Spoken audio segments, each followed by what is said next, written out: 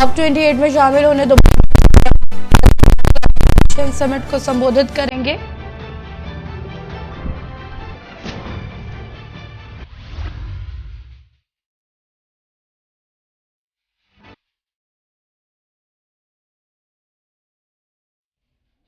पंद्रह स्कूलों को बम से उड़ाने की मिली धमकी। दिन दहाड़े 18 करोड़ रुपए की हुई मणिपुर में लूट। स्टाफ को बाथरूम में बंद कर कैशियर से खुलवाया ताला। जर्दा दर्शन में सीएम योगी का अफसरों को हिदायत, जरूरतमंदों के आवास इलाज का करें इंतजाम, माफिया पर कसे लगाम।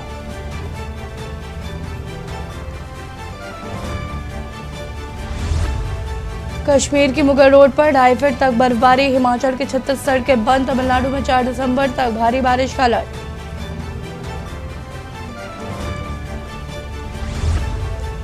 सीबीएसई ने किया बड़ा ऐलान, 10वीं 12वीं में नहीं मिलेगी डिस्टिंक्शन और ओवरऑल रिवीजन। आप देख रहे हैं के न्यूज, खबरों का सारथी। नमस्कार, देश की बात में आप सभी का स्वागत है। मैं हूं आपके साथ ईशी शुक्ला। पखानजोर से खबर आपको बता देते हैं, जहां पर नक्सलियों ने फिर जमकर मचाया तांडव।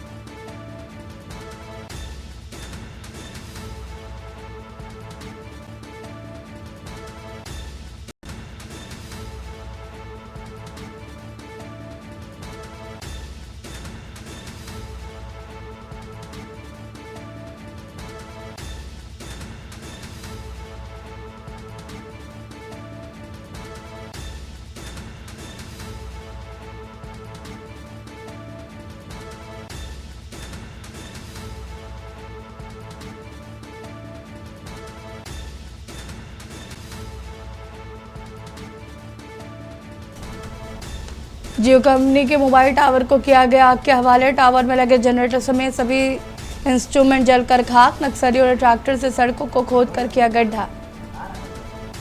बीएसएफ कैंप से महज 7 किलोमीटर की दूरी पर नक्सलियों का तांडव। जगह जगह नक्सलियों ने लगाए बैनर, पोस्टर। 2 से 8 दिसंबर तक पीएलजीए सप्ताह मनाने की अपील। बीएसएफ एवं जिला पुलिस बल द्वारा सर्चिंग अभियान तेज। ग्रामीण क्षेत्र में दहशत का माहौल। और इसी खबर पर ज्यादा जानकारी के लिए संवाददाता गोपाल ब्रह्मचारी जुड़ चुके हैं। गोपाल, क्या कुछ जानकारी इस पूरे मामले को लेकर? जी, आपको बताना चाहूंगा, ये जो घटना है नक्सली द्वारा बीते दिन आधी रात को भारी संख्या में नक्सली द्वारा जियो टावर को आपके हवाले किया गया है। और रहा सवाल अंदरूनी क्षेत्र, अति नक्सल प्रभावित क्षेत्र, जहां नक्सलियों ने एनएच मुख्य सड़क को ट्रैक्टर के जरिए इसको खोदकर बाधित कर दिया गया है। और इनको अपील किया है कि 2 से 8 दिसंबर तक पीएलजीए साप्ताहिक मनाने का, 23वीं घाट बनाने का अपील किया गया है। लगातार क्षेत्र में देखा गया है कि नक्सलियों द्वारा छत्तीसगढ़ विधानसभा चुनाव के पहले दिन भी नक्सलियों द्वारा आईडी बम ब्लास्ट कर बीएसएफ जवान को घायल किया गया है। चुनाव के दिन भी इसी तरह फायरिंग किया गया है। लगातार क्षेत्र में नक्सल गतिविधि को तेज दिखाई दे रहा है। जहां बात करें तो अंदरूनी क्षेत्र में इसका असर ज्यादा दिखाई दे रहा है। रहा सवाल, हाल ही में एक कंदारी के उप सरपंच जो है, उनको पुलिस मुखबिर की शर्त में जन अदालत में उनको हत्या करने का घोषणा किया है। हालांकि अभी तक हत्या नहीं किया गया है, वो अभी फरार चल रहे हैं। नक्सली द्वारा इनको अगर पकड़े तो इनको नक्सली द्वारा इनको जन अदालत में इनको हत्या कर दिया जाए। जी ठीक है, बहुत बहुत शुक्रिया आपका तमाम जानकारी के लिए। और बता दें, जगह जगह नक्सलियों ने बैनर, पोस्टर लगा रखे हैं।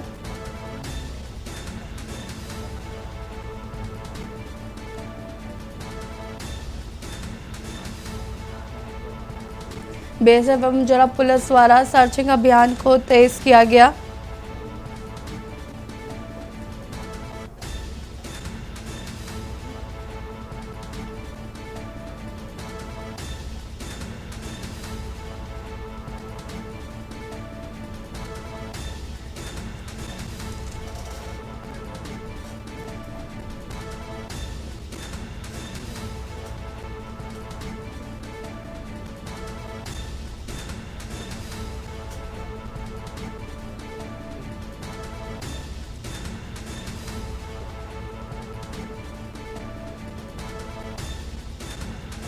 2 से 8 दिसंबर तक पीएलजीए सप्ताह मनाने की अपील।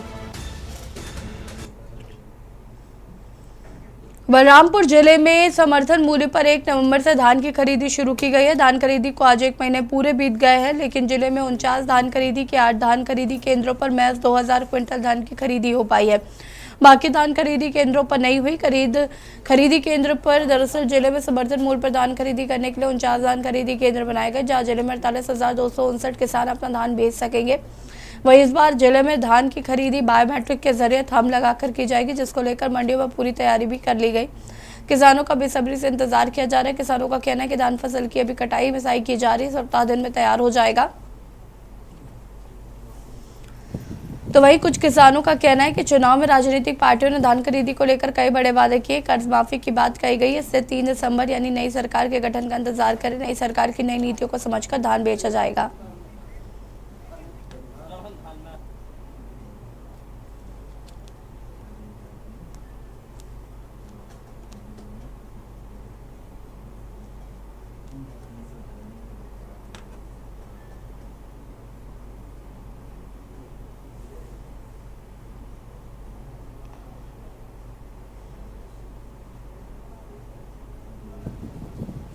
और धान तो मिसाई हो चुका है, लेकिन एक आध दिन के लिए लेट है।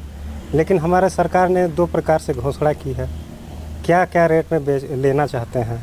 कोई 31 रुपये प्रति क्विंटल के हिसाब से बोले हैं और कोई 32 रुपये घोषणा कर दिया है। अब वो हिसाब से हम कैसे धान बेचें, कैसे क्या करें।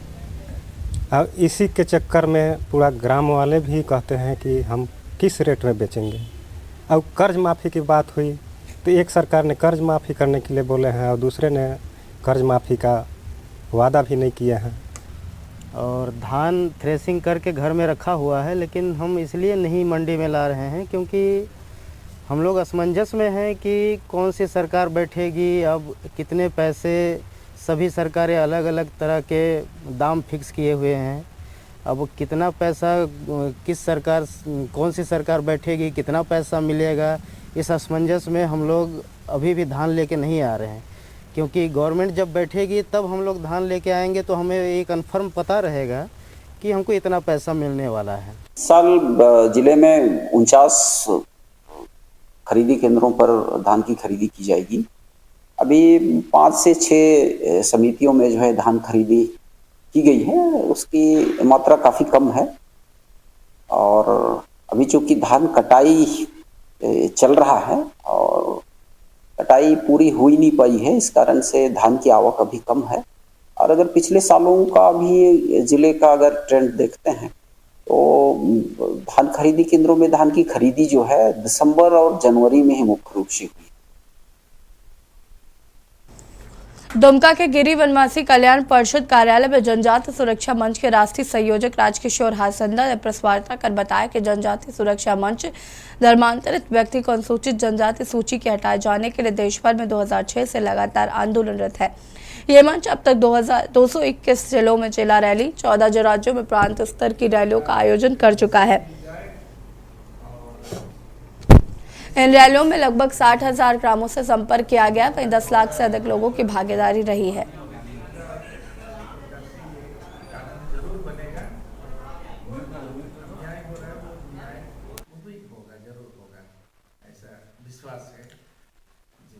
मुख्य अतिथि के तौर पर हमारे जानते ही झारखंड के प्रसिद्ध जनजाति नेता, लेकिन हमारा हिस्सा से नहीं, हमारा हिस्सा है तो यही मांग डिमांड चल रहा है। और ये विशेष करके दबाव ही समझिए कि सरकार तक मैसेज दी जाए और निश्चित रूप से ये संशोधन होगा वहाँ पर और बिल होगा और इस प्रकार से ये कानून जरूर बनेगा और जो अन्याय हो रहा है वो न्याय वो भी होगा, जरूर होगा, ऐसा विश्वास है जी। मुख्य अतिथि के तौर पर हमारे जानते ही झारखंड के प्रसिद्ध जनजाति नेता, लेकिन हमारा हिस्सा से नहीं, हमारा जो हिस्सा है इससे नहीं, तो यही मांग डिमांड चल रहा है।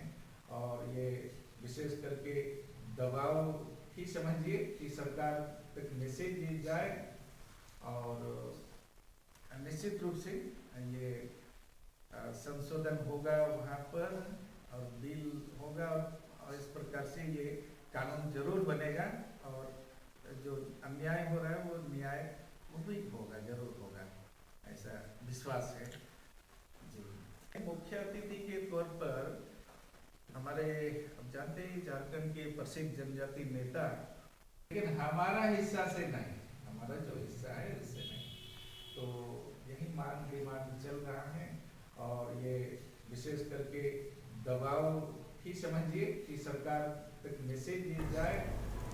और सीधे आपको ले छोड़ते हैं यूपी विधानसभा, जहां पर मुख्यमंत्री योगी आदित्यनाथ क्या कुछ कह रहे हैं, सुन लेते हैं। जिन्होंने रात में बेखौफ बस्तियां लूटी वही नसीब के मारों की बात करते हैं।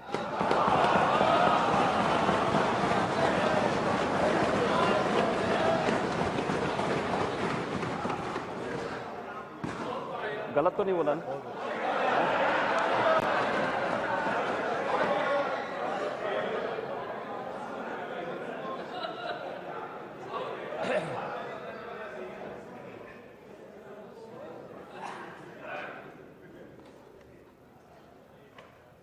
महोदय,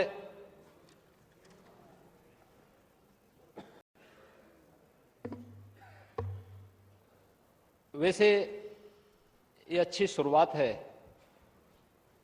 दो प्रकार से कि उत्तर प्रदेश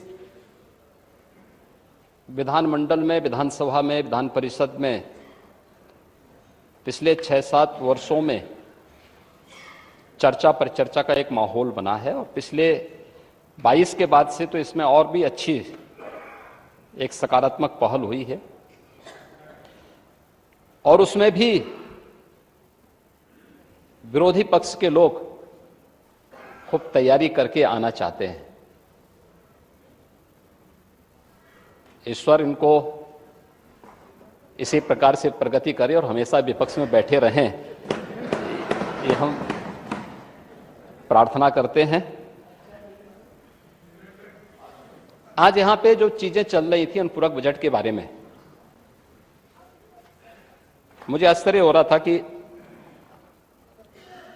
नेता विरोधी दल तो प्रदेश में 2012 से 2017 के बीच में मुख्यमंत्री के पद पर भी प्रदेश को अपनी सेवाएं दे चुके हैं, कई बार संसद में भी रहे हैं और सप्लीमेंट्री डिमांड्स के बारे में थोड़ा जानकारी और अच्छी ले लेते तो संभवतः उससे ज्ञानवर्धन होता, अन्य अपने समाजवादी सहयोगियों को भी वह अच्छी तरह बता सकते थे। खैर, 4 बार प्रदेश में समाजवादी पार्टी की सरकार थी, अलग अलग समय में उन्होंने यहां पे प्रदेश में कार्य किया, लेकिन 2017 के बाद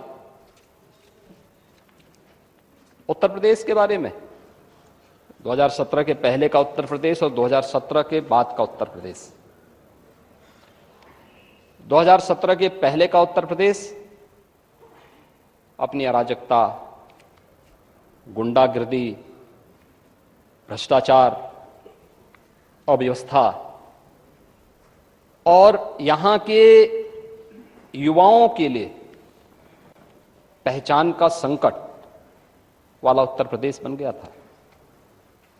और महोदय, 2017 के बाद का उत्तर प्रदेश डबल इंजन सरकार में आदरणीय प्रधानमंत्री जी के मार्गदर्शन में आज यही उत्तर प्रदेश है, देश की सबसे बड़ी आबादी का राज्य है। आज मैं इस बात को दावे के साथ कह सकता हूं, ये हमारे माननीय सदस्यगण भी देश के अंदर जाते होंगे, एक सामान्य नागरिक के रूप में, एक जनप्रतिनिधि के रूप में आज उत्तर प्रदेश के बारे में लोगों की धारणाएं बदली हैं और उत्तर प्रदेश को आज लोग सम्मान की दृष्टि से देखते हैं। ये बदले हुए प्रदेश का, ये नए उत्तर प्रदेश का, ये नए भारत का वह नया उत्तर प्रदेश है जिसके बारे में आज लोग एक नई धारणा बनाते हैं।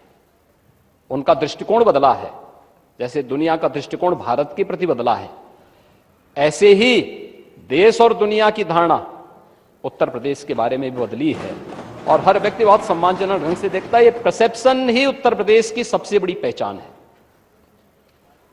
हाँ, $1 ट्रिलियन की इकोनॉमी बनने की दिशा में हमारी सरकार के द्वारा जो प्रयास प्रारंभ किए गए हैं, हम लोग आज भी अपनी उन बातों को लेकर के पूरी प्रतिबद्धता के साथ कार्य कर रहे हैं।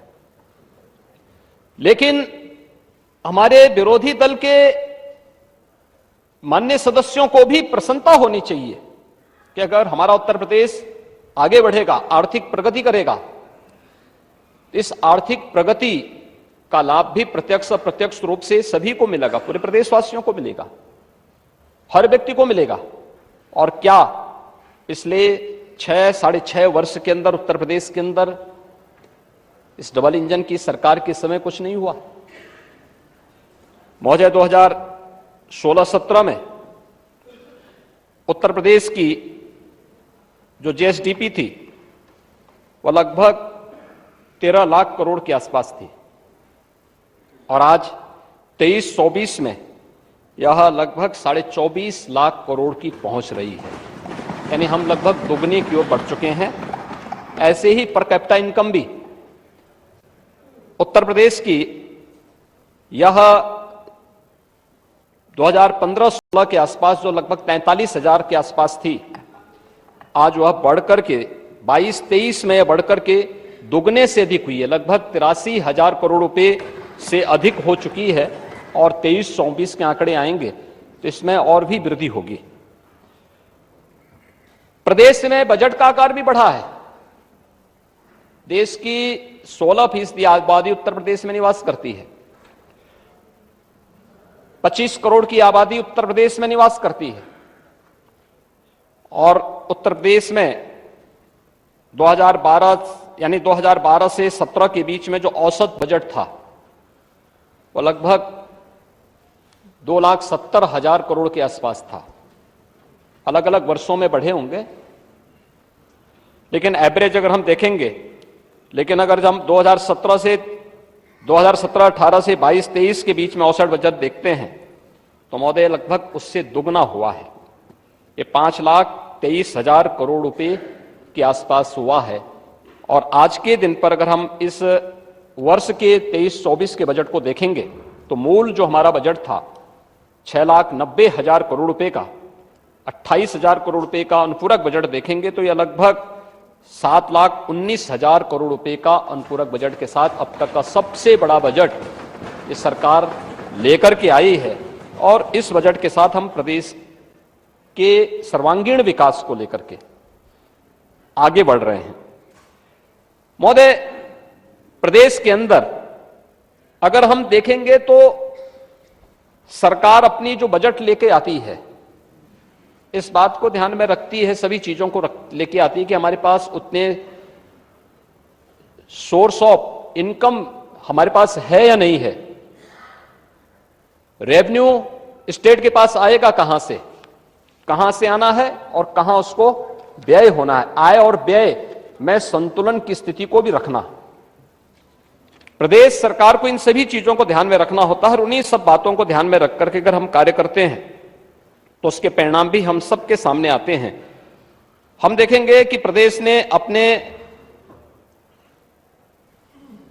ने जो प्रदेश का राजकोषीय प्रबंधन है वह बेहतरीन तरीके से आज आगे बढ़ता हुआ दिखाई दे रहा है। और उत्तर प्रदेश जैसा राज्य रेवेन्यू सरप्लस स्टेट के रूप में जाना जाए, आज के दिन पे ये संभव हुआ है। और प्रदेश के अंदर इन सभी कार्यों को हम बहुत तेजी के साथ आगे बढ़ाने का कार्य भी कर रहे हैं।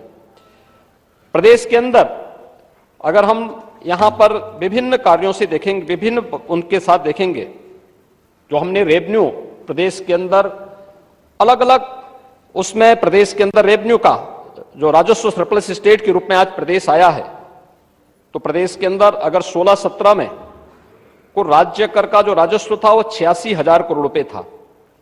आज यही बढ़कर के 23-24 में राज्य कर का जो राजस्व लक्ष्य है हमारा, यह लगभग आज के दिन पर प्रदेश के अंदर यह बढ़कर के हम लोग इसे लगभग 1.5 लाख करोड़ रुपए तक पहुंचाने में सफल हुए हैं। प्रदेश के अंदर स्टैंप एंड रजिस्ट्रेशन में जो लगभग 11,000 करोड़ रुपए 16-17 में प्राप्त हुआ था, आज वही बढ़कर के 23-24 में हम उसे 34,000 करोड़ रुपए तक पहुंचाने में सफल हुए हैं।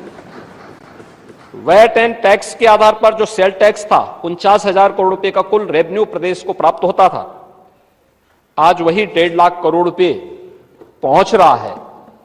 और स्टेट एक्साइज में 16-17 में कुल 12,000 करोड़ रुपए प्रदेश के अंदर प्राप्त होता था, आज वही 58,000 करोड़ रुपए प्रदेश उसी एक्साइज टैक्स से ले रहा है। परिवहन में भी 16-17 में कुल 5,000 करोड़ रुपए का राजस्व प्राप्त होता था, 23-24 में वह अब बढ़कर के 12,600 करोड़ रुपए की राशि को भी प्रदेश उससे आगे बढ़ चुका है। महोदय, ये जो भी बातें प्रदेश के अंदर की गई हैं, हम बैंकिंग सेक्टर में भी देखेंगे। आज प्रदेश के बारे में नेता प्रतिपक्ष जो आंकड़े यहां प्रस्तुत कर रहे थे, वे वास्तविक आंकड़े नहीं थे। उन्होंने जो भी तथ्य यहां पे रखे थे, मुझे लगता है कि अच्छा होमवर्क नहीं हो पाया होगा उनका। वैसे भी उनके पास फुर्सत कहां है कि होमवर्क कर सकें और उनके बारे में देख सकें, लेकिन एक प्रयास उन्होंने किया। तथ्य और आंकड़े दोनों सही नहीं थे। महोदय, अगर बैंकिंग चेक सेक्टर में जो कार्य यहां पे हुए हैं 22-23 में अगर हम देखेंगे तो प्रदेश में बैंकों के माध्यम से जो ऋण वितरित हुआ है 2,42,000 करोड़ रुपए का ऋण वितरित हुआ है। और 23-24 में 22-23 में ही अगर हम देखेंगे तो प्रदेश के अंदर जो पहले की तुलना में जो बैंकों की शाखाएं खोलने की बात रही हो, आज मैं कह सकता हूं कि उत्तर प्रदेश के अंदर 5 किलोमीटर के दायरे में या तो बैंक की शाखा है या हर गांव में हम लोगों ने बैंकिंग कॉरस्पॉन्डेंट सखी के माध्यम से बैंक की सेवाएं हर ग्राम पंचायत तक उपलब्ध करवाने का काम किया है। और इसका परिणाम है आज प्रदेश के अंदर कि प्रदेश के अंदर जब इस संबंध में उत्तर प्रदेश की बात आती है तो बैंक और वित्तीय संस्थाओं में फंड आकर्षित करने में देश के अंदर 16.2% निवेश में हिस्सेदारी के साथ उत्तर प्रदेश देश में शीर्ष स्थान पर रहता है। यह डाटा मेरे नहीं है, किसी मैगजीन के नहीं है। जब मैं मैगजीन की बात पे आऊंगा तो अंत में आऊंगा, लेकिन आरबीआई ने जो अपने बुलेटिन जारी किया है अगस्त 23 का, उसमें उत्तर प्रदेश को उन्होंने शीर्ष राज्यों की श्रेणी में रखा है, बॉटम में नहीं। आयकर रिटर्न की बात करते हैं महोदय, जून 14 में 1,65,000 आयकर रिटर्न उत्तर प्रदेश में भरे जाते थे। आज के दिन पर जून 23 में यह बढ़कर के 11,92,000 हुआ है। यह डाटा भी हमारे नहीं है, यह आईटीआर फाइल से जो आंकड़े आए हैं उसके अनुसार है। महोदय, प्रदेश के अंदर मैंने जीएसटी संग्रह के बारे में बताया कि आज हम 1.5 लाख करोड़ रुपए का जीएसटी संग्रह भी प्रदेश के अंदर कर रहे हैं। और साथ साथ मुख्यमंत्री व्यापारी दुर्घटना बीमा के अंतर्गत 1,069 व्यापारियों को आज इस योजना से लाभान्वित भी किया जा चुका है। और देश के अंदर उत्तर प्रदेश सबसे अधिक जीएसटी रजिस्ट्रेशन करने वाले राज्य के रूप में भी आज के दिन पर शीर्ष स्थान पर उत्तर प्रदेश है। महोदय, इसके अलावा प्रदेश ने और भी क्षेत्रों में अपनी प्रगति को तेजी के साथ आगे बढ़ाने का काम किया है, चाहे वह शीरा उत्पादन में, यह देश का नंबर 1 राज्य है। प्रदेश एथेनॉल ब्लेंडिंग में यह देश के अंदर आज के दिन पर नंबर 1 राज्य है। और प्रदेश के अंदर अन्य बहुत महत्वपूर्ण मुद्दों पे, खासतौर पर पारिवारिक मुद्दे भी आते थे, बेटे बेटी, पिता मां, पति पत्नी, बहू, सगा भाई, यानी अगर सगे भाई की मृत्यु की स्थिति में उसकी पत्नी, सगी बहन, दामाद, पुत्र पुत्री, यानी सबको आवासीय अथवा कृषि संपत्ति ट्रांसफर करने में जो पहले एक लंबी प्रक्रिया होती थी, पूरा शुल्क देना होता था, आज मात्र 5,000 रुपये नियत करते हुए हम लोगों ने सुविधा प्रदेश में उपलब्ध कराई है। लाखों परिवार इन सुविधाओं का लाभ प्रदेश में ले रहे हैं। महोदय, प्रदेश के अंदर जहां तक माननीय नेता प्रतिपक्ष के द्वारा जो बातें यहां पे कही गई हैं, मैं अक्सर इस बात को कहता हूं कि वे हर मुद्दे को ये बताने का प्रयास करते हैं कि तो समाजवादियों ने किया है। वैसे समाजवादियों के कारनामे तो लोग अब तक भूले नहीं हैं प्रदेश में, और मुझे लगता है कि हाँ, जग जाहिर है तो हर व्यक्ति जानता है। और कैसे कैसे ये लोग खेल खेलते थे उत्तर प्रदेश के अंदर, किस किस प्रकार की कारनामे होते थे। अक्सर होता है हमारे नेता विरोधी दल चुनाव के पूर्व उनको कोई इंटरव्यू देना होता तो एक सेंटर में आते हैं, जाने का प्रयास करते हैं। प्रदेश के अंदर सत्ता प्रायोजित डकैती के सबसे अच्छे उदाहरण हो सकते हैं, और किस रूप में हो सकते हैं उनमें से एक सेंटर है JPN IC। महोदय, इसका जो मूल जो DPR है वह केवल 265 करोड़ रुपए का यह आंका गया था, और 265 करोड़ रुपए के DPR के बाद इस पे 821 करोड़ खर्च हो गया, तब भी पूरा नहीं हो पाया। एक उदाहरण है, यह 6 साल से सरकार आई है, लेकिन 6 साल से पहले आप क्या कर रहे थे? 5 साल उससे पहले क्या कर रहे थे? गोमती रिवर फ्रंट, महोदय, Gomti river front, Gomti river front की स्थिति जो PPR बना था 167 करोड़ का, बाद में फिर DPR 346 करोड़ या समथिंग कुछ और इन्होंने आगे पीछे किया। फिर 2015 में इसको बढ़ा करके लोग लेके गए 656 करोड़ का। फिर जून 16 में इसी योजना को, इसी DPR की जो रिवाइज एस्टिमेट जो इन्होंने प्रस्तुत किया, कैबिनेट से पास किया, वह 1513 करोड़ का, और महोदय 1437 करोड़ खर्च करने के बाद भी कार्य अधूरा का अधूरा पड़ा रहा। इसमें हमें आश्चर्य होता है अनियमितता किस हद तक की।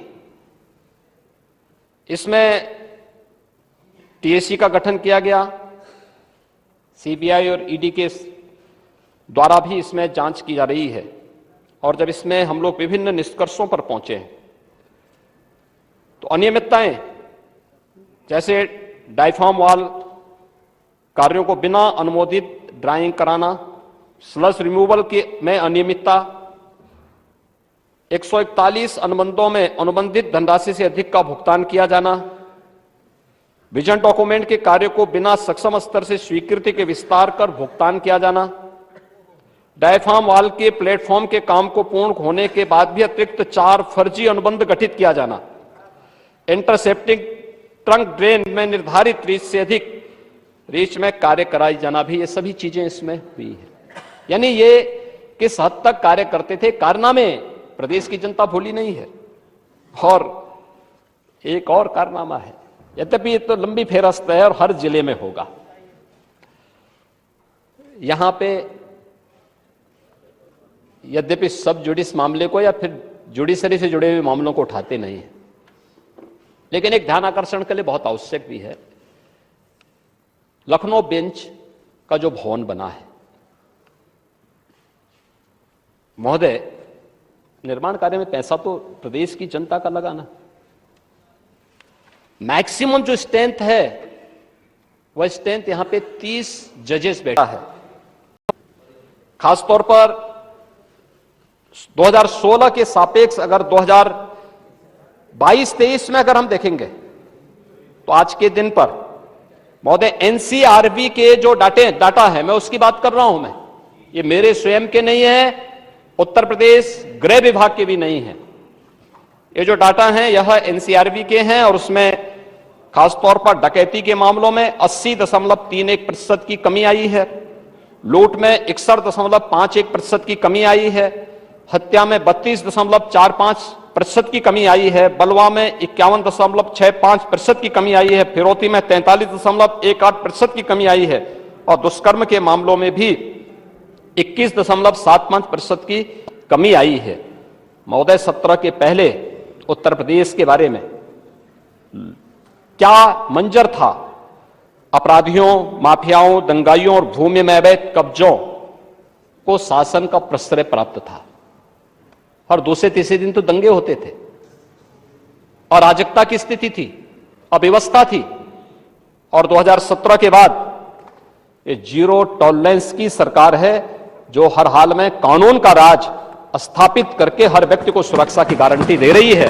उसका परिणाम यह हम सबके सामने आए हैं। और महोदय आज एनसीआरबी की जो रिपोर्ट है उत्तर प्रदेश के बारे में लिखती है कि प्रदेश के अंदर महिला संबंधी अपराधियों को संबंधी अपराधों में संलिप्त अपराधियों को सजा दिलाने में उत्तर प्रदेश देश में नंबर 1 का राज्य है जो अपने यहां सबसे अधिक अपराधियों को सजा दिलाता है। महोदय इस दौरान 63,000 से अधिक अपराधियों को गैंगस्टर अधिनियम के अंतर्गत, 836 अपराधियों के विरुद्ध एनएसए में कार्रवाई की गई और साथ साथ गैंगस्टर अधिनियम के अंतर्गत 9,163 करोड़ की चल और चल संपत्ति का जब्तीकरण का कार्य भी हुआ है। माफिया और अपराधियों के द्वारा जो अवैध संपत्ति अर्जित की गई है उनमें 2827 करोड़ रुपए के अधिक की संपत्ति को भी सरकार ने अपने कब्जे में लिया है। प्रदेश के अंदर 66 माफिया और उनके गैंग्स के जो सदस्य हैं कुल 1044 के विरुद्ध 590 अभियोग पंजीकृत भी किए गए और 506 की गिरफ्तारी भी की गई। इसमें उनके खिलाफ बहुत अन्य तमाम कार्रवाई भी की गई। और बाकी तो हर व्यक्ति जानता ही है उत्तर प्रदेश में तो बाकी अपराधी और माफियाओं के खिलाफ कैसे कार्रवाई होनी है, इसके बारे में बताने की आवश्यकता ही नहीं है। महोदय 2017 के बाद महिला और बाल सुरक्षा संगठन प्रभावी ढंग से कार्य करना प्रारंभ किया है। प्रत्येक जनपद में महिला थाना के अतिरिक्त एक अन्य थाने में महिला थानाध्यक्ष को नियुक्ति दी गई है। महिला और बाल संबंधी अपराध, इसके बारे में मैंने पहले आपको बताया, यहां पे बताया है। महिलाओं के विरुद्ध अपराधों में 4,579 अभियुक्तों में से 487 अभियुक्तों में को आजीवन कारावास, 1016 को 10 वर्ष और 10 वर्ष से अधिक का कारावास और 3076 अभियुक्तों को 10 वर्ष से कम का कारावास की सजा भी प्रदेश के अंदर हुई है। प्रदेश सरकार की जो पहल है प्रोसिक्यूशन और प्रदेश में समयबद्ध तरीके से कार्रवाई को आगे बढ़ाने का परिणाम है। पास्को अधिनियम के अंतर्गत भी 7,276 अपराधियों को सजा या महिला संबंधी अपराधों में जो कार्रवाई हुई है, ई प्रोसिक्यूशन में पूरे देश में उत्तर प्रदेश आज नंबर 1 पर है। प्रदेश में 3 महिला पीएसी बटालियन के गठन की कार्रवाई भी प्रदेश सरकार ने तेजी के साथ आगे बढ़ाया है। तो प्रदेश के अंदर 69 महिला पुलिस चौकी और परामर्श केंद्र और उनको थाने का दर्जा देने की कार्रवाई को भी प्रदेश के अंदर आगे बढ़ाया है। महोदय आज के दिन पे जो हमारे पास जो सबसे बड़ी चैलेंज हमारे सामने है वह है साइबर क्राइम की भी, और हर एक जनपद में प्रतिदिन इससे संबंधित दर्जनों मामले सामने आते हैं। 2017 के पहले इसकी कोई पॉलिसी नहीं थी, न सरकार का कोई विजन ही था। 2017 के बाद सरकार ने आज इस कार्रवाई को पहले चरण में रेंज स्तर पर यानी कमिश्नरी स्तर पर हम लोगों ने साइबर थाने का गठन किया और आज हर जनपद स्तर पर एक एक साइबर थाने के गठन की कार्रवाई को भी हम लोगों ने आगे बढ़ा दिया है और बहुत शीघ्र उसके लिए धनराशि भी जारी की जा रही है, जिससे थाने का गठन करने के साथ साथ वहां पे हर एक जगह मैन पावर की आपूर्ति भी हो सके। इन कार्रवाई को भी हम लोगों ने आगे बढ़ाने का कार्य प्रदेश के अंदर प्रारंभ किया है।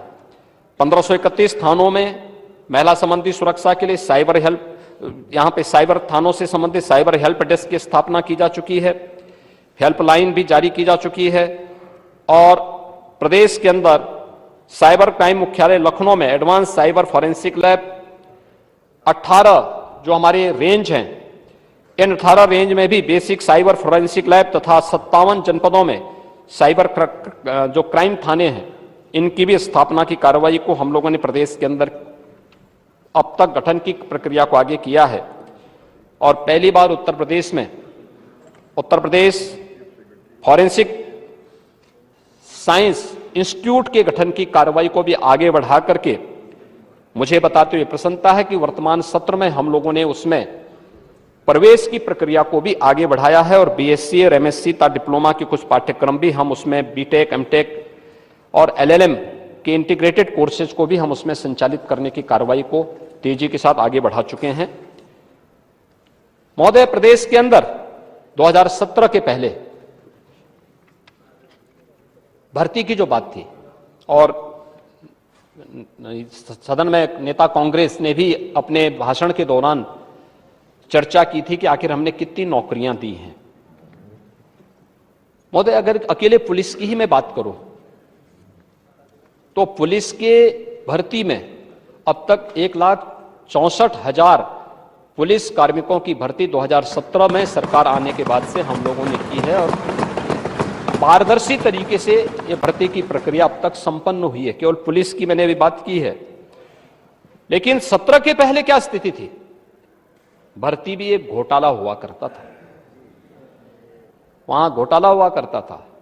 आप रिजर्वेशन की बात कर रहे हैं, वहां पे तो चाचा, भतीजा, भाई ये सब संलिप्त तो हो जाते थे और किसी गरीब को, किसी कमजोर को, किसी दलित को, किसी पिछड़े को उसके हक को जबरदस्ती डकैती डालने का काम 2017 के पहले होता था और इसीलिए माननीय न्यायालय को इसे बार बार स्टे देना होता था। 2017 के पहले भर्ती की प्रक्रिया प्रदेश में पूरी तरह बाधित थी। प्रदेश में भर्ती की प्रक्रिया 2017 के बाद हुई और 2017 के बाद पूरी तरह पारदर्शी पुलिस की भर्ती प्रक्रिया को संपन्न करते हुए उन सभी प्रक्रियाओं को हमने पूरा किया है। 5,381 हम लोगों ने नए पदों की मंजूरी, जिसमें 86 राजपत्रित और 5,295 और राजपत्रित श्रेणी के पद हैं। इस दौरान प्रदेश में 114 नए थाने, 163 नई चौकियां, 6 महिला थाना, 4 आर्थिक अपराध के थाने और बाकी प्रदेश में जो हम पहले बताए थे साइबर थाने हर जनपद में बनाए गए हैं। 40 एंटी ह्यूमन ट्रैफिकिंग यूनिट थानों को भी प्रदेश के अंदर गठन की प्रक्रिया को आगे बढ़ाया गया है। प्रदेश के अंदर इस दौरान अन्य इस क्षेत्र में जो भी रिफॉर्म होने थे, केवल भर्ती ही नहीं होनी थी, उनकी ट्रेनिंग के लिए उस प्रकार की ट्रेनिंग क्षमता बढ़ाना।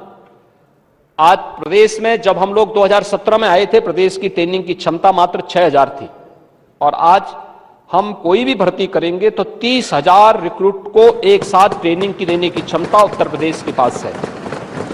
यानी हमने इसको 5 गुना बढ़ाने में सफलता प्राप्त की है, क्योंकि पहले की सरकारों की सोच संकीर्ण थी। उस संकीर्ण सोच से वे कभी उभर नहीं पाए थे और परिणाम हम सबके सामने है कि उसी संकीर्ण दायरे में कैद होकर के उत्तर प्रदेश के नौजवानों के सामने, उत्तर प्रदेश के नागरिकों के सामने पहचान का एक संकट पिछली सरकारों ने रखा किया था।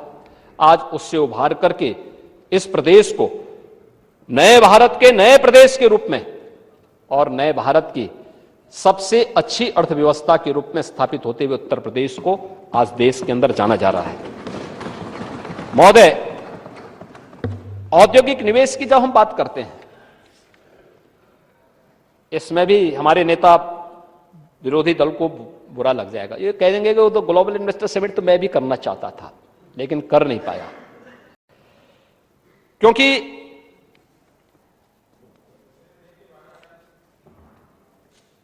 काका हाथरसी ने इनके बारे में बहुत अच्छी बात कही थी कि प्रकृति बदलती क्षण क्षण देखो, बदल रहे अणु कण कण देखो, तुम निष्क्रिय से पड़े हुए थे, भाग्यवाद पर अड़े हुए थे। छोड़ो मित्र पुरानी डफली, जीवन में परिवर्तन लाओ, परंपरा से ऊंचे उठकर कुछ तो स्टैंडर्ड बनाओ। काका हाथरसी ने यह बात मुझे लगता है कि पहले ही सोच समझ करके तैयार कर ली थी। और महोदय इसीलिए हम लोग इस बात को मान के चलते हैं कि अगर दृष्टि लक्ष्य पर हो और कदम राह पर हो तो ऐसी कोई राह नहीं जो लक्ष्य तक न जाती हो।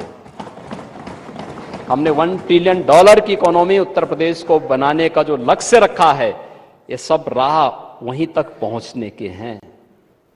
आपका कोई लक्ष्य नहीं था तो कोई दृष्टि भी नहीं थी, इसीलिए दिशाहीन थे और इसीलिए प्रदेश को अपराध का, दंगों का, अराजकता का एक प्रदेश बना दिया था। नौजवानों के विश्वास को कुचलने का काम कर रहे थे, भर्ती में भाई भतीजा बात कर रहे थे और प्रदेश की पूरी व्यवस्था को छिन्न भिन्न करने पर उतारू थे। लेकिन आज प्रदेश का यह दृष्टिकोण बदला है और प्रदेश आज उससे उभर करके एक नए प्रदेश के रूप में अपनी पहचान बना रहा है। महोदय, आज प्रदेश का औद्योगिक वातावरण किसी से छुपा हुआ नहीं है। मुझे प्रसन्नता है ये बताते हुए इन्वेस्टर समिट कैसे होना चाहिए। उत्तर प्रदेश में पहली बार फरवरी 2018 में यूपी इन्वेस्टर समिट का आयोजन हुआ था। आदरणीय प्रधानमंत्री जी के कर कमलों से उसका उद्घाटन भी हुआ था। एक माहौल बना, लोगों में एक विश्वास था और अध्यक्ष जी उस समय तो औद्योगिक विकास के मंत्री आप ही थे और उस समय औद्योगिक विकास के मंत्री के रूप में आप भी इस बात को जानते थे कि जब हम लोग रोड शो में गए थे, देश और दुनिया का हर उद्यमी एक बात कहता था कि हम उत्तर प्रदेश न जाने का संकल्प लिए हैं, लेकिन जो आप उत्तर प्रदेश के बारे में सुन रहे हैं उससे थोड़ा एक विश्वास होता है, आने की इच्छा होती है, लेकिन थोड़ा वेट करके आएंगे। हम लोग भी उस समय प्रयास कर रहे थे और मुझे याद है जब आप पहले इन्वेस्टर समिट के बारे में आए थे कहने के लिए, तो उस समय हम लोगों ने इसी बारे में कहा था कि नहीं, हमें बड़े लक्ष्य लेकर के चलने चाहिए, बड़ा लक्ष्य लेकर के चलना चाहिए, क्योंकि उत्तर प्रदेश जैसे राज्य में ये 25 करोड़ की आबादी और 25 करोड़ की आबादी की आकांक्षा के अनुरूप ईज ऑफ लिविंग के लक्ष्य को प्राप्त करना है। हर नौजवान के हाथ को कार्य देना है, हर किसान के खेत में पानी पहुंचाना है, उसकी फसल का अच्छा दाम उसे प्राप्त हो और केवल उत्पादन तक सीमित न रहे बल्कि उसको हम मार्केट लिंक कर सके। इस दिशा से अगर हमें प्रयास प्रारंभ करने हैं तो हमें उत्तर प्रदेश के औद्योगिकीकरण की तरफ और उद्योग 4 की तरफ हमें जाना ही होगा, इंडस्ट्री 4 की तरफ हमें जाना ही होगा। और उस दिशा में इन्वेस्टर समिट सब जगह होते थे, लेकिन यूपी ने एक जो रेखा खींची है, ग्लोबल इन्वेस्टर समिट 2023, अब तक महोदय मुझे बताते हुए प्रसन्नता है, उत्तर प्रदेश को 40 लाख करोड़ रुपए के निवेश के प्रस्ताव प्राप्त हो चुके हैं। आप मुझे एक बात बताइए, क्या ये प्रस्ताव समाजवादी पार्टी की सरकार थी, क्या तब भी कोई यहां आना चाहता था क्या? तब तो जो थे वे भी भागना चाहते थे, जो थे वे भी भागना चाहते थे। लेकिन आज देश और दुनिया का हर उद्यमी उत्तर प्रदेश में आ रहा है, आना चाहता है, निवेश करना चाहता है। और महोदय, 1 लाख, ये जो 40 लाख करोड़ रुपए के निवेश के प्रस्ताव उत्तर प्रदेश को प्राप्त हुए हैं, ये 40 लाख करोड़ रुपए के निवेश के प्रस्ताव जमीनी धरातल पर जब उतरेंगे और उतरने प्रारंभ हुए हैं तो महोदय 1,10,00,000 नौजवानों को सीधे सीधे नौकरी मिलेगी उत्तर प्रदेश के अंदर। हमारे उत्तर प्रदेश के नौजवान को अपनी नौकरी और रोजगार के लिए उन्हें कहीं और जगह नहीं जाना पड़ेगा, बल्कि दुनिया नौकरी ढूंढने के लिए उत्तर प्रदेश में आएगी। और उत्तर प्रदेश के अंदर वह स्थिति आज हम लोगों ने प्रदेश के अंदर तय किया है। महोदय 2017 के पहले एक्सप्रेस हाईवे और हाईवे सड़कों की क्या स्थिति थी, ये किसी से छुपा हुआ नहीं है। लोग तो क्या कहते थे, जहां से अंधेरा प्रारंभ हो समझ लो उत्तर प्रदेश की सीमा प्रारंभ हो गई साइकिल, जहां से गड्ढे प्रारंभ हो जाएं समझ लो उत्तर प्रदेश प्रारंभ हो गया है। आज आप देखिए ना उत्तर प्रदेश में कहीं भी नेता प्रतिपक्ष भी सड़क मार्ग से यात्रा करते हैं बहुत बार। आज उनको भी लगता होगा कि नए भारत के नए उत्तर प्रदेश में जब सड़कों पे चलते होंगे तो उनको भी अच्छा लगता होगा। और खैर शिवपाल जी तो सड़क मार्ग से ही चलते हैं और धन्यवाद देते हैं, कभी कभी बोलते हैं कि बहुत अच्छी सड़क हो गई है, अच्छी सड़क हो गई है। और कहते हैं कि मुझे सपोर्ट, वो कहते हैं बेचारे कि मुझे सपोर्ट नहीं किया गया, नहीं तो मैं भी ऐसे चाहता था लेकिन मुझे सपोर्ट नहीं किया। मैंने कहा भी जब बचपन में ही गलत राह दिखाने का काम आपने किया है तो अब भाई आप लगाएंगे बबूल का पेड़ तो आम कहां से आएगा। तो मैं अक्सर उनको कहता हूं इस बारे में। लेकिन महोदय आज मुझे बताते हुए प्रसन्नता है, एक्सप्रेस हाईवे, मुझे आश्चर्य होता है सप्लीमेंट्री डिमांड्स को ठीक ढंग से संभवतः नेता प्रतिपक्ष ने पढ़ा नहीं है, और अगर पढ़ा होता तो संभवतः इतनी हल्की बातें यहां पे नहीं करते। हमने सप्लीमेंट्री डिमांड्स में जो मांग, नई मांग की है, वह सप्लीमेंट्री डिमांड्स में परंपरागत बजट के लिए पैसे की मांग नहीं होती है, ये नई मांग के लिए पैसे की मांग होती है। और इसमें गंगा एक्सप्रेस वे के लिए पैसा मांगा है, और वह भी टेंडर के दौरान जीएसटी 12% थी, इसका रेट बढ़कर के 18% हुआ है, उसके लिए पैसा मांगा गया है। 500 करोड़ रुपए से अधिक की राशि है। पूर्वांचल एक्सप्रेस वे के लिए कोई पैसा नहीं मांगा गया है, बुंदेलखंड एक्सप्रेस वे के लिए कोई पैसा नहीं मांगा गया है, गोरखपुर लिंक एक्सप्रेस वे के लिए कोई पैसा नहीं मांगा गया है, बलिया लिंक एक्सप्रेस वे के लिए कोई पैसा नहीं मांगा गया है, और लखनऊ कानपुर या किसी भी अन्य एक्सप्रेस वे के लिए पैसा नहीं मांगा गया है। यह गंगा एक्सप्रेस वे का पैसा है।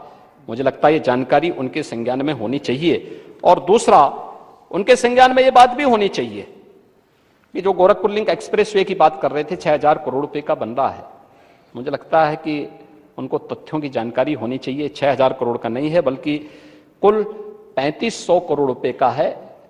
और इसमें भी अगर हम देखेंगे तो ये पूरा एक्सप्रेस वे उन क्षेत्रों से होके जा रहा है जो लो लैंड का एरिया था। दूसरा, उससे दूसरा अच्छा मार्ग वह संत कबीर नगर को भी जोड़ रहा है, अंबेडकर नगर को भी उसके साथ जोड़ता है। मुझे लगता है कि थोड़ी भौगोलिक जानकारी भी लेनी चाहिए। भौगोलिक जानकारी का ज्यादा ज्ञान ले लेंगे तो मुझे लगता है कि इस प्रकार की हल्की बातों को यहां बोलने से उनको भी थोड़ा परहेज होगा। महोदय, इसके साथ ही प्रदेश के अंदर आज एक्सप्रेस वे के रूप में उत्तर प्रदेश की पहचान बन गई है। पूर्वांचल एक्सप्रेस वे भी है, बुंदेलखंड क्षेत्र भी हमारा एक्सप्रेस वे के साथ जुड़ चुका है। पश्चिम को पूरब से जोड़ने के लिए गंगा एक्सप्रेस वे पर काम चल रहा है, और हमारा प्रयास है कि प्रयागराज कुंभ 2025 के पहले हम इस एक्सप्रेस वे के कार्य को पूरा कर सकें। इसके बारे में हमारा पूरा प्रयास है कि इस कार्य, और ये देश के सबसे बड़े एक्सप्रेस वे में से एक है। इसके साथ ही प्रदेश के अंदर Ballia link express way, Chitrakoot में लिंक एक्सप्रेस वे के निर्माण की कार्रवाई, Lucknow Kanpur greenfield express way के निर्माण की कार्रवाई ये तेजी के साथ आगे बढ़ रही है।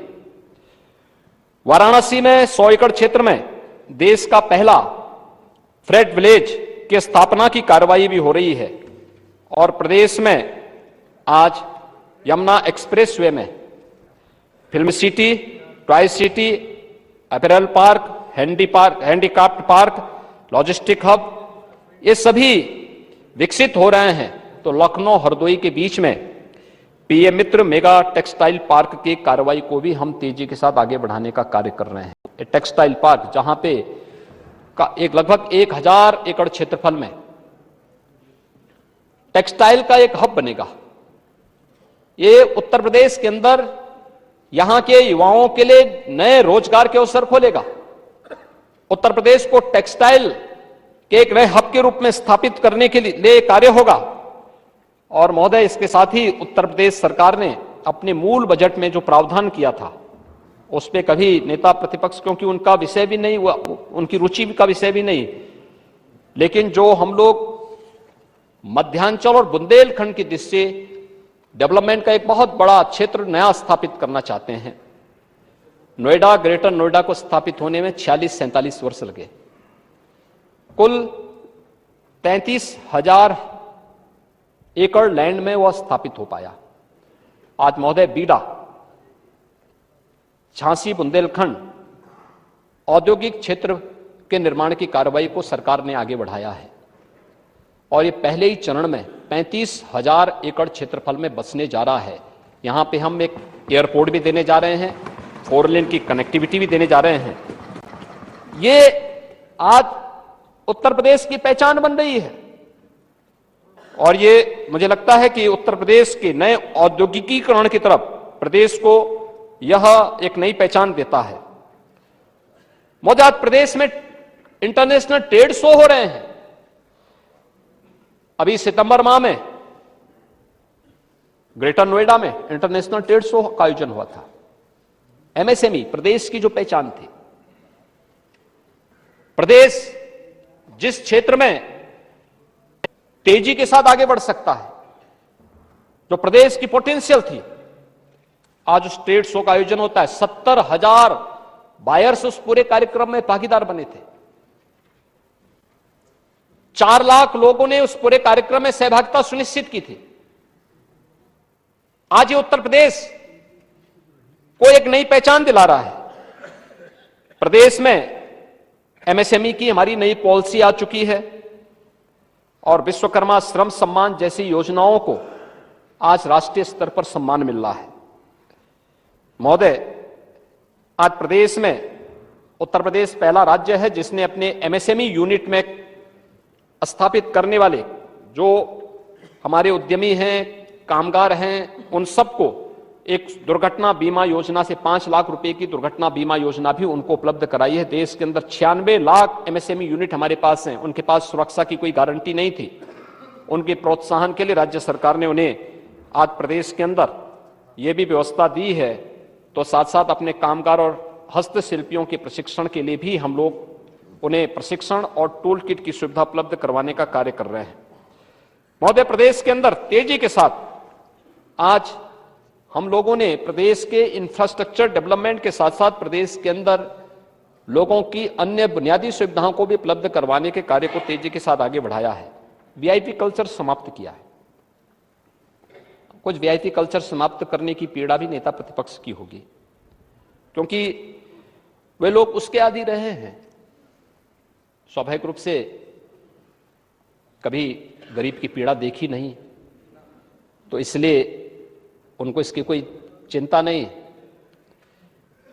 और इसीलिए 2017 के पहले प्रदेश के अंदर बिजली की स्थिति क्या थी, ये तो किसी से छुपी हुई नहीं है।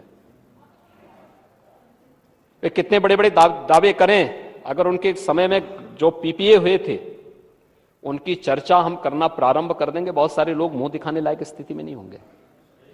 ये उत्तर प्रदेश जैसे राज्य को पूरी तरह बिठाने की स्थिति थी, यानी उत्तर प्रदेश आर्थिक रूप से पूरी तरह कंगाल हो जाए, इस प्रकार की स्थिति इन लोगों ने प्रदेश के अंदर कर रखी थी। लेकिन महोदय, आज मैं कह सकता हूं, मार्च 2017 में सरकार आई, अप्रैल 2017 से लेकर के अब तक सरकार ने जो वायदा किया था उसके अनुरूप विद्युत की आपूर्ति प्रदेश के अंदर बिना भेदभाव के सबको कर रही है। बिना भेदभाव के ग्रामीण क्षेत्र में 18 घंटे। तो विधानसभा की कार्यवाही के दौरान सीएम योगी आदित्यनाथ को आपने सदन में सुना। शीतकालीन सत्र का आखिरी दिन और जिन जिन बिंदुओं को लेकर सपा अध्यक्ष अखिलेश यादव ने सवाल खड़े करे कि उन्हीं बिंदुओं को लेकर पलटवार करते हुए सीएम योगी आदित्यनाथ नजर आए। दरअसल आपको बता दें, तमाम पशुओं का मुद्दा रहा हो या एक्सप्रेस वे का मुद्दा रहा हो या कैंसर इंस्टीट्यूट का मुद्दा रहा हो, इन तमाम मुद्दों को लेकर वो पलटवार करते हुए नजर आए और साफ तौर पर इस बात का जिक्र कि 2017 से पहले की जो स्थिति रही है। साथ देश की बात में फिलहाल बस इतना ही। आगे खबरों के लिए आप देखते रहिए के न्यूज़ इंडिया।